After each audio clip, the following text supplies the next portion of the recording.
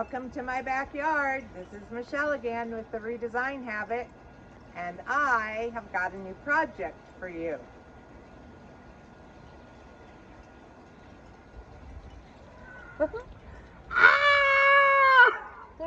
What is this? Okay, so it's a pot, you know, it had a life, and it really, I thought, okay, when I looked at it this morning, I'm like, okay, I'm going to throw this away.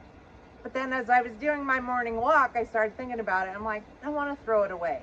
It would look cool. I have a spot on the patio, so how can I turn this into something viable from what it is right now? Well, you'll just have to stick around and see, and I'll show you steps along the way. We'll see you then. Hey everybody, so in this update for this pot video, I mean the pot I just showed you outside, that had no bottom. First of all, do I need to save that pot? No, I do not. But I always take something like that as a challenge. I look at it and think, is there a way I can save it and somehow reuse it? So that's really why I'm doing this. If it works out great and I can use it, beautiful. I get to try some things along the way. They may or may not work. And if it doesn't work out, it was going in the trash anyway, so I'm losing absolutely nothing. But what I wanted to talk about in this little update is, this isn't the pot, obviously, but I'm trying some different things so that I can get texture on the pot. And the first thing that I tried is this wall patch. And it's right here. You can see it's pink, it's drying. This is stucco repair or texture. And I mixed it with a little water and then mixed it with paint. So it's like this big gloppy mess. And I put that on with the putty knife. So my question is, when these dry, will they stick to the plastic pot or are they going to just fall off? I don't know the answer to that yet, but I wanted to try it on something else. Now, what's a little bit different about the pot that I'm trying to save is it does have some texture to it. It's not a shiny plastic because it's been painted and kind of roughed up by the weather. So stuff might actually stick better to it than to this. But I wanted to show you that I'm doing that. And then the other thing I want to show you real quick is the pot has no bottom. So how do you solve for no bottom? Well, what I'm going to attempt to do is connect the old pot, this, to this new pot and turn it into a different pot altogether.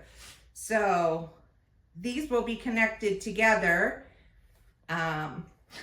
probably with something. You see my duct tape here. So there's some cracks on here, so I had to seal those cracks up. But the beauty of texturing this like crazy is this isn't going to show in the end, so it isn't going to matter. And I'll have to address the seam around here probably in the same way that I did these. I don't know yet.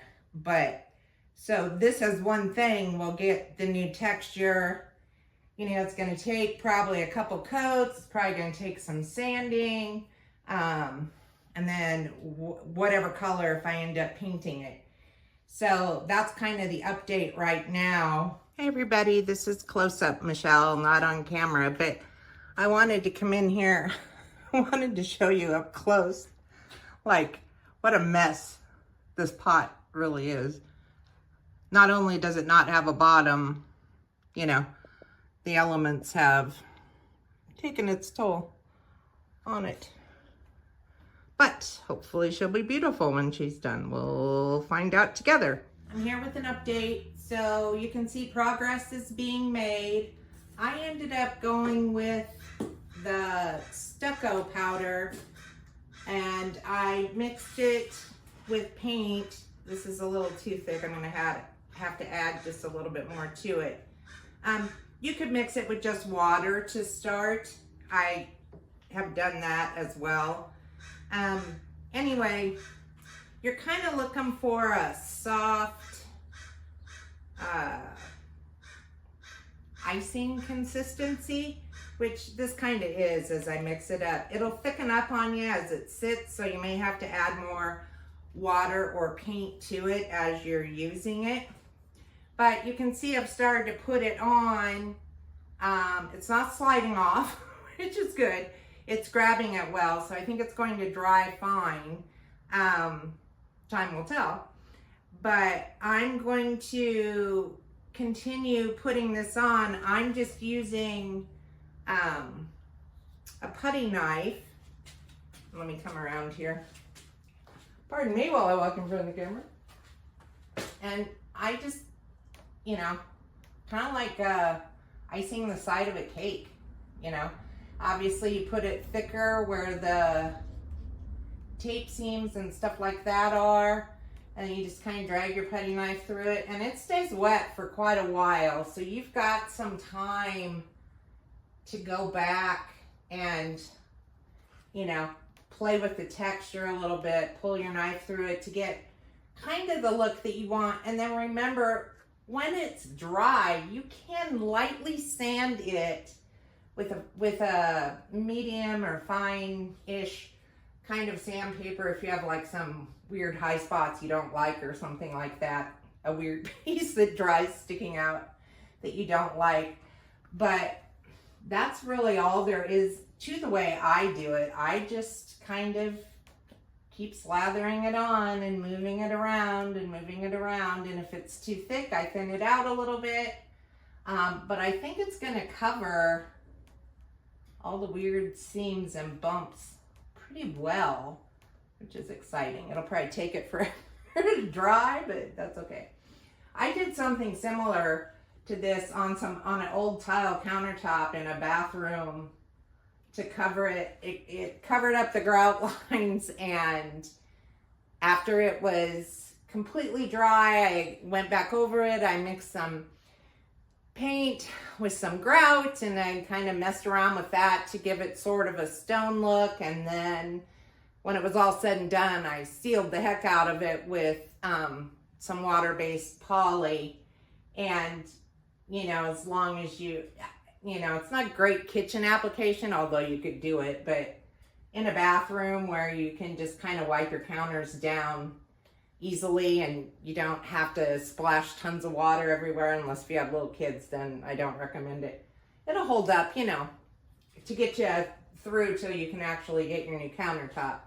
But so we'll see how it does on here. Once it's dry, I'll come back and show it to you when it's all done and it's dry. I'm not going to keep filming while I'm doing this because literally it's like icing a cake at this point. And so, but I did want to show you what I ended up using and kind of how I mix it and kind of the texture. And the texture, you know, can vary depending on what you're trying to do. I'm making my texture pretty thick because I'm trying to cover up some pretty aggressive bumps and lumps on this thing. So that means it will take it longer to dry too. But, you know, in the end, it'll work. And, you know, I'm not putting it super, super thick because you can always give it a second coat, especially in spot areas where maybe the seams are popping through or something like that. But, because otherwise it'll take it an eternity to dry. But anyway, you just kind of put it on, you keep messing with it, keep messing with it, keep messing with it, keep messing with it. That's my advice, keep messing with it. But think, you know, thick icing and just kind of putting it on like you were icing a cake and keep playing with it till you get that look you want. And when it's all done and it's all dry, then we'll address painting it and or sealing it and see how it's sticking, if it's holding up okay, or if big chunks of it are coming off, which remains to be seen at this point. So we will see, but so far so good. Here is the pot with all of the plaster on it, and it's dried. It turned out actually not too bad. Now there's no paint or anything on it yet. This is just the plaster, and you can see I went down over the lip there so that from the top it'll look, you know, more like it's really plaster and not plastic. But anyway, I wanted to show you what it looks like. Now I'm gonna lightly sand it a little bit. There's some like pokey, sticky out things on here that I want to get rid of. And then I'm going to come back and I'm going to start putting some paint on it. I don't really know what I want it to look like because I'm not exactly sure where I'm going to put it. Now, ideally, I'd like to put it outside. I'm in Southern California. We don't get a whole lot of rain here. So maybe if I paint it and then seal it really well, it would be okay through a season. Maybe. I don't really know. This is stucco, like you would use for stucco repair, so you would think it could tolerate rain. But in this application, I'm just not sure until it would get wet, and then I would find out one way or the other. Or I could paint it a different way and leave it in the house. Now the biggest challenge for me leaving it in the house, I have two very large dogs, 90 pounds apiece, Maggie and Dawn. You've seen them on other videos probably. And, their tails are lethal. They knock over stuff a lot. So my concern with this in the house is it gets knocked over, hits the floor, and the plaster just, comes right off of it. So I have to figure that part out yet and do a little sanding and do a little experimenting, and then I'll come back and show you kind of what paint does on it and what it might look like depending on where I'm going to put it. And I'll see you there. So you can see I've started putting paint on this.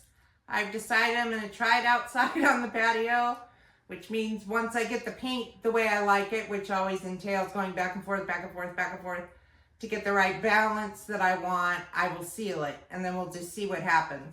The good news is I paid $0 for this. The pot was broken and going in the trash. This bottom pot was in my storage bin outside. I hadn't been using it, and I already had all the paint and plaster, so $0 expense if it goes awry at some point in the future. But anyway, so I'm going with the blue, which ties in with our pool and some other things outside, our umbrellas. And so here's unpainted. And then the beginnings of paint. So I put some blue on and then brush a little white over it. I will go back and forth with this just like I did on my lamps. If you haven't seen that video, check it out in the playlist. That goes into a little more detail about the process. But basically, I just lightly brush it on, kind of all over wherever I want it. And I stand back and look at it, and then I come back over it, in this case, with white. And then once that dries, maybe I'll go back over it again with blue. And fairly dry brushes for the most part, because I like seeing the detail of the plaster come through. But that's really it. It's just a matter of, kind of going over what's there.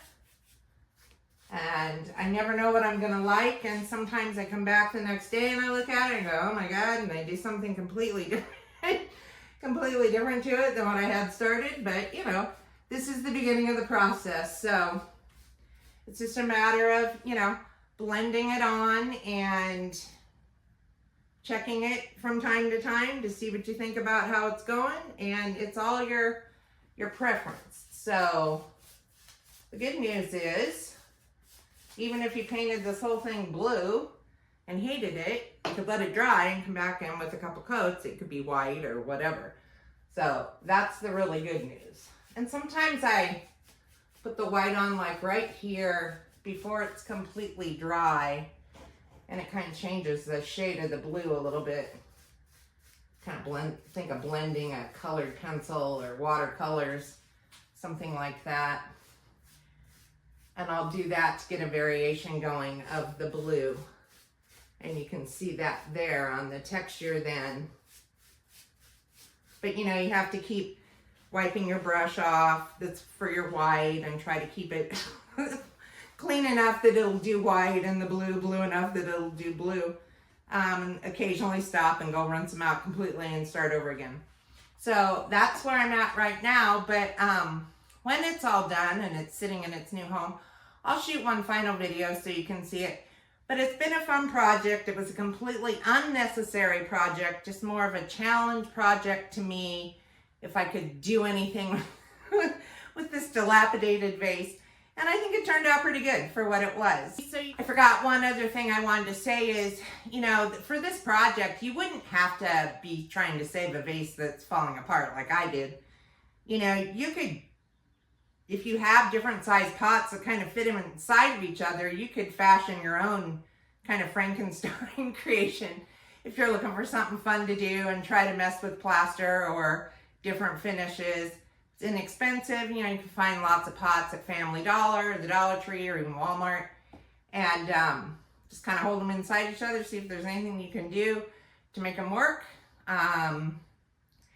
You know, you could even turn one on top of the other and, you know, cut the bottom from the one, turn the two tops together, seal that, put a smaller pot in the top. I mean, you could do all different kinds of weird little things and make your own unique creation out of it, and for very little money, and it is fun, and you get to be creative. So I did want to throw that in before I move on. Hey everybody, it's Michelle with the Redesign Habit here with the final installment of the Saga of the Frankenpot, which you can see right here, the finished product. This top part all the way to here is the original pot, and this was the secondary pot at the bottom that I fit this inside of and connected the two together, hence the name Frankenpot. And you see through my steps of the video, I did some plastering, I did some MacGyver moves with some duct tape to kind of hold everything together. And we ended up putting rock in the bottom to keep it solid, so it had some bottom weight to it. And then my husband had the great idea of using pool noodles to fill the empty space between the rocks and up here so it didn't weigh 10,000 pounds. Now these are fake plants because I don't know how waterproof this would be. So I didn't want something in there that's living that I have to water, and it's got damp soil and all kinds of that stuff. So it's filled with the pool noodles. These are stuck into the pool noodles. It's topped off with some rocks and bark, and I think it turned out pretty good. I saved it from the trash, which is always my goal. It was kind of a challenge to myself, and this is the finished product. So you can see timing is everything. My dog had to relieve herself, and so she did. Sorry. When nature calls, you know. Anyway, so this is the final product of my Frankenpot adventure, and I wanted to shoot the clothes for you guys so you could watch the project. That's it for this video. Please be sure to follow us on Facebook and Instagram. Don't forget to go to the website, theredesignhabit.com, where there's all kinds of fun tips and tricks and other projects there to help inspire you. Please like the video, give it a thumbs up, subscribe if you haven't already, and I will see all you guys in the next video.